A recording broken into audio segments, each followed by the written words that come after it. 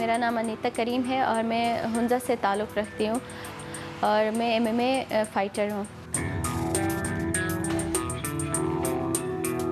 Brazilian जिट्सु ये एक ground game होता है जो कि यहाँ पर हुआ था स्पोर्ट्स कॉम्प्लेक्स में।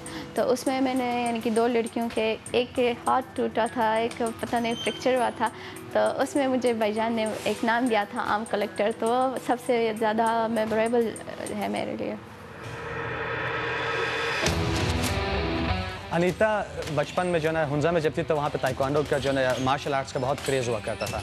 Taekwondo being one of the most prominent, तो उस दौरान भी इसने ट्रेनिंग की थी और वहाँ पे जो है ना शायद पहली लड़की थी बच्चियों में जो वहाँ पे ट्रेनिंग कर रही थी। तो स्पारिंग में या टूर्नामेंट्स के अंदर लड़कों के साथ इसका मुकाबला था, इसके हम उम्र 8, 10 साल, 12 साल की एज तक, तो उन सब को तो मार के ये रुला देती थी।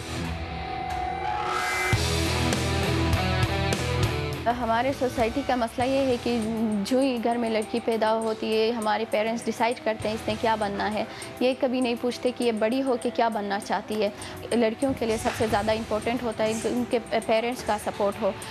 जब उनके पेरेंट्स का सपोर्ट होता है तो लड़कियाँ हर वो काम कर सकती है जो लड़के कर सकते हैं। तो मुझे पेरेंट्स का और मेरे भाइयों का मुझे सबसे ज़्यादा सपोर्ट मिला है। जिनके साथ स्पारिंग करते हो वो थोड़ा लिहाज करते हैं कि ये लड़की है, ये हमारी बहन है, कैसे मारेंगे। तो बाहर से बड़े भाई की आवाज़ आती है, मारो इन्हें, इसको मारो, लड़की की तरह ट्रीट मत करो। ज़ोर से उनकी आवाज़ आती है और फिर वो मुझे मारने लगते हैं। और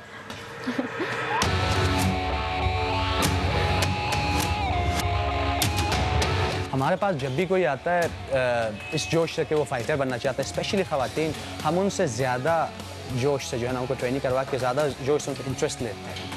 और अमूमन यही होता है कि 99.9% जो है ना हमें मायूसी होती है महीना, 2 महीने, 3 महीने, 6 महीने के बाद।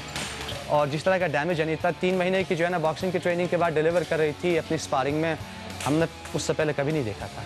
सिंगापुर में मेरा पहला फ़ाइट था जो कि मैं हार गई थी बिकॉज़ मेरे पास इतने एक्सपीरियंस नहीं थे। तो मैं फ़र्स्ट टाइम केज के अंदर गई थी। मुझे खुद ऐसा लगा कि मुझ में कहीं ना कहीं कोई चीज़ रह गई है ट्रेनिंग के टाइम, या मैंने कुछ ऐसी चीज़ें नहीं सीखी है।